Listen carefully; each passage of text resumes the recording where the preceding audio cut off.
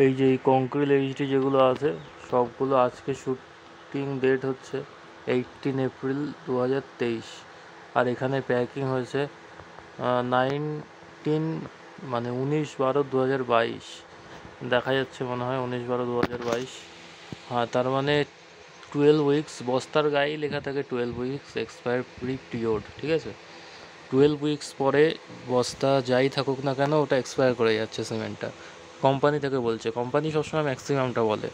এবং তারপরেও মোটামুটি আমি ধরে নিলাম 84 দিন, এবং সেটাকে ধরে নিলাম 90 দিন ম্যাক্সিমাম, ঠিক আছে, 90 দিন 3 মাস। কিন্তু অ্যাকচুয়ালি কোম্পানির হিসেবে 84 ডেজ, কারণ হচ্ছে 12 উইকস, ঠিক আছে। 7 × 12 84 ডেজ, আমি সেটাকে 90 ধরলাম। যদি 3 মাস ধরি তাহলে হচ্ছে 19 তারিখ, মানে ডিসেম্বরের 19 তারিখ থেকে 3 মাস ধরলে মার্চের 19 তারিখ হয়। আর আজকে হচ্ছে 18 তারিখ এপ্রিলের, মানে এক্সপায়ারি করার পরেও প্রায় 1 মাস মতো কমপ্লিট হয়ে গেল, তারপরেও এগুলো দিয়ে কাজ চলছে। আর এটা সমস্যা হচ্ছে, এখানে মোটামুটি 11.5 বস্তা, এবং আরও বস্তা ছিল, এখানে আরও 25-30 মতো বস্তা ছিল, ঠিক আছে। এইখানে এই কাজ হচ্ছে, এখানে এই সিমেন্ট এসেছে মোটামুটি 19 তারিখ, তো 19 তারিখে পরেই এসেছে, এই সামনে সুনীল মণ্ডলের দোকান থেকে এসছে। মানে আসলে মণ্ডলের কাছে মালগুলো পরে এক্সপায়ারি করে যাচ্ছিলো, ঠিক আছে, মালগুলো পরে এক্সপায়ার হয়ে যাচ্ছিলো, সেইগুলো ও বলছে যে ওর কি অন্য মালের গাড়ি ঢুকবে, এগুলো পিছনে পড়ে যাবে, এগুলো ওই জন্য পাঠিয়ে দিল সেদিনকে।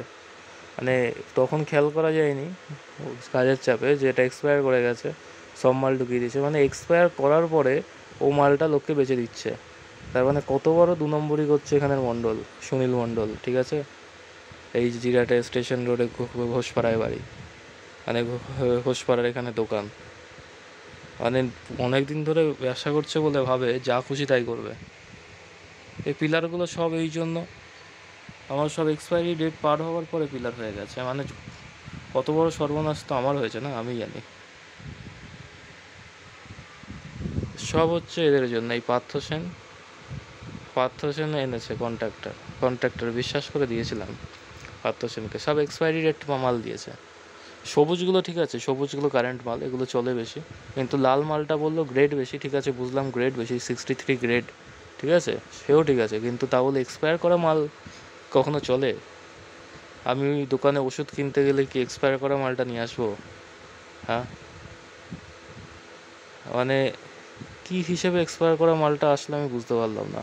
জেনে শুনে এক্সপায়ার করা মাল দিয়ে কাজ হয়ে গেল, জানতে পারলাম না, পরে দেখি যে এগুলো সব এক্সপায়ার করা মাল। 11.5 বস্তা দেখলাম, আরও তো কত ছিল, পুরো এখানে ফাউন্ডেশনের ম্যাক্সিমাম কাজ সারা এক্সপায়ার করা মাল দিয়ে করে ফেললো।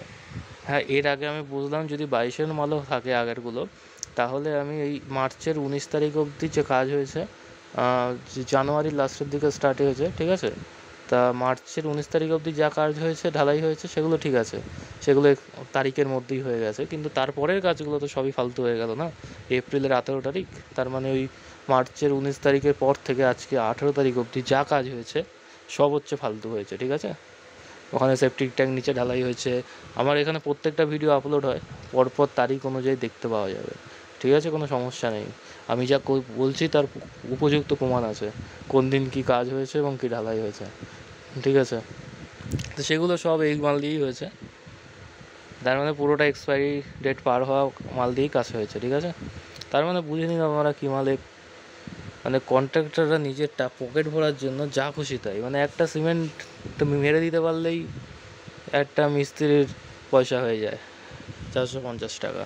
এখানে সমস্ত কি M20 দেওয়ার কথা রেসিডেন্সিয়াল বিল্ডিংয়ে কংক্রিট গ্রেড, সেখানে M20 তো দেয়ইনি, দিয়েছে 1 ভাগ সিমেন্ট, 3 ভাগ বালি আর 4 ভাগ পাথর, যেটা মানে কোনো ইয়েতেই নেই।